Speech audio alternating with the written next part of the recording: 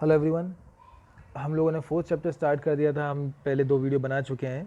अगर आपने नहीं देखी है तो पहले वो वीडियो देख लेना ताकि आपको पूरी पूरी स्टोरी समझ में आ जाए।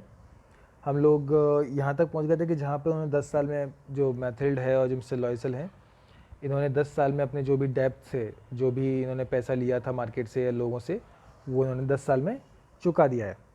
अब आगे की देखते हैं हम स्टोरी क्या है। Mathilde looked old now. Her hair was untidy, her skirt was shabby, and her hands were red. Her voice was no longer gentle, it had become loud and shrill.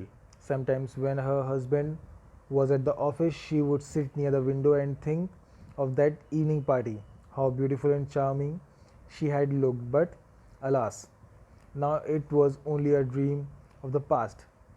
अब यहाँ पे क्या हुआ है कि मैथिल्ड के बारे में बताया है कि जो मैथिल्ड है, मतलब वो पहले कितनी सुंदर थी और मतलब उसको पार्टीज़ वगैरह में जाना पसंद था, ये सारी चीज़ें उसमें बताई हैं।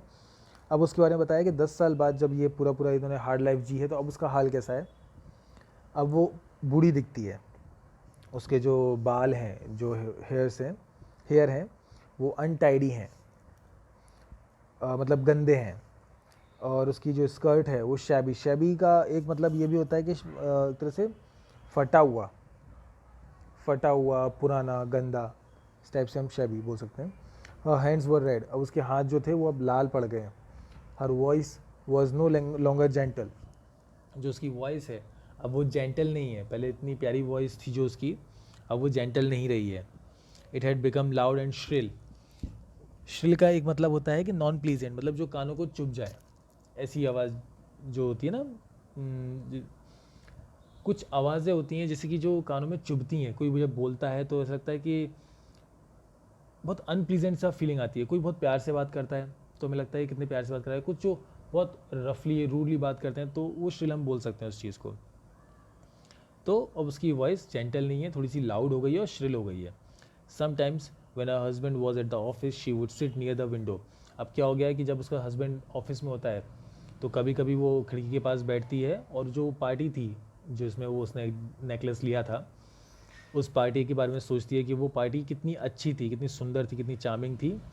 वो कितनी सुंदर लग रही थी, मैथिल्ड उस दिन कितनी सुंदर लग रही थी। लेकिन अलास मतलब कि दुख मनाना, एक तरह से वो अब दुख मना रही है। Alas now it was only a dream of the past. लेकिन अब एक पुरानी याद बन के रह गई है, बस वो एक पुराना जो पास्ट है उसका बस एक सपना बन के रह गई है। One Sunday Mathilde went for the stroll in the city park. अब वो एक संडे को क्या हुआ, मैथिल्ड यूं ही घूमने निकली सिटी पार्क में। There she saw a lady with a child. It was Mrs Forestier. She still looked young and pretty. Mathilde went up to her and said, good morning Jenny. अब यहाँ पे क्या हुआ है कि एक दिन ये एक संडे को उधर सिटी पार्क में निकली मैथिल्ड, और वहाँ पे उसने एक लेडी को देखा जिसके हाथ में एक बच्चा था। वो मिसेस फॉरेस्टियर थी। वो अभी भी यंग लग रही थी, सुंदर लग रही थी। मैथिल्ड उनके पास गई और उनसे आके बोलती है, गुड मॉर्निंग जेनी। यहाँ पे जेनी मतलब मिसेस फॉरेस्टियर, उनका पूरा नाम मतलब मिसेस जेनी फॉरेस्टियर है। Her friend did not recognise her. She felt surprise at being addressed in such a way by a poor looking women. अब यहाँ पे क्या हुआ कि जो जब उसने कहा गुड मॉर्निंग जेनी तो मिसेस फॉरेस्टियर थोड़ी सी परेशान हो गई, थोड़ी सी मतलब क्योंकि उन्होंने पहचाना नहीं उसको कि एक बूढ़ी सी लेडी मुझे ऐसे जेनी करके क्यों बुला रही है। I do not know you she said, you must be mistaken. अब यहाँ पे क्या हुआ है कि मैं तुम्हें नहीं पहचानती, शायद तुमसे कोई गलती हुई है, ऐसा मिसेस फॉरेस्टियर ने कहा। नो आई एम मैथलेट, मतलब उसने बताया है कि आई एम मैथलेट लोएसल, मैं मैथलीड हूँ, इस टाइप से वो बता रही है उसको। Her friend give a cry, oh my dear Mathilde, how you have changed. अब यहाँ पे वो रो रही है एकदम से, जो होता है ना जैसे कि एकदम से सरप्राइज हो जाते हैं अपन कि ऐसा कैसे हो गया। तो वैसे ही वो बोल रही है कि ओ माई डियर मैथिल्ड, तुम कितनी बदल गई हो, कैसे बदल गई हो इतनी। Yes I have a very hard time, all because of you. हाँ मेरे मतलब मैंने बहुत बुरा टाइम जिया है अभी तक, बहुत बुरा टाइम देखा है, लेकिन सब तुम्हारी वजह से। Because of me, what do you mean. अब यहाँ पर मिसेस फॉरेस्टर पूछती है, मेरी वजह से कैसे, मतलब क्या तुम्हारा। You remember the diamond necklace you land me. Yes well, well I lost it. अब यहाँ पर वो बोल रही है कि तुम्हें याद है तुमने एक मुझे डायमंड नेकलेस दिया था। तो मिसेस फॉरेस्टियर बोलती है कि हाँ याद है। तो ये बोलती है कि हाँ तो वो मैंने खो दिया था। I don't understand, you brought it back to me. अब मिसेस फॉरेस्टियर बोल रही हैं कि नहीं, जब तुमने मुझे वो वापस कर दिया था कैसे हो सकता है, मैं समझी नहीं। It was another one exactly like yours and it was taken us 10 years to pay for it. अब यहाँ पे ये बोल रही है जो मैथिल्ड है, वो ये बोल रही है कि वो जो जो हमने जो तुम्हें नेकलेस दिया ना वो दूसरा था, जो जैसे तुम्हारे पास है एग्जैक्टली उसके जैसा ही। और उसने हम लोगों को 10 साल का जो डेप्थ है, जो हमें पैसा चुकाना पड़ा है, तो 10 साल का हमें वो वाला टाइम दिया है, 10 साल लगे हम लोगों को उसको चुकाने में। You can understand it was not easy matter for us, we had not a penny but now it is all over and I feel great relief. अब यहाँ पे बोल रही है वो कि तुम नहीं, मतलब 10 साल हम लोगों को उसमें लगा है, और तुम समझ सकती हो कि ये चीज़ हमारे लिए इजी बिल्कुल नहीं थी, हमारे पास एक पैनी भी नहीं थी, लेकिन आज हमने उसका जो भी पैसा है वो सारा चुका दिया है, और ये बहुत खुशी की बात है, ग्रेट रिलीफ, मतलब बहुत सुकून मिल रहा है। Mrs Forestier was taken aback, मतलब वहाँ पे क्या हुआ, उन्होंने हल्की सी एक स्टेप पीछे ले ली। You say you bought me a diamond necklace replace to mine, yes, and you never notice the difference, they were certainly very much alike, Mathilde smiling.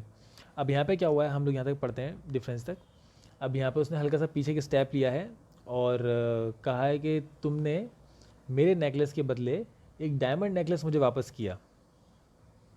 अब स्टोरी में ये आ रहा है कि यहाँ पे मिसेस फॉरेस्टियर थोड़ी शॉक्ड है, और मैथिल्ड बोलती है हाँ तुम्हें कभी पता नहीं लगा क्या, और हाँ वैसे भी थोड़ा सा, मतलब उसमें ज़्यादा डिफरेंस नहीं होगा।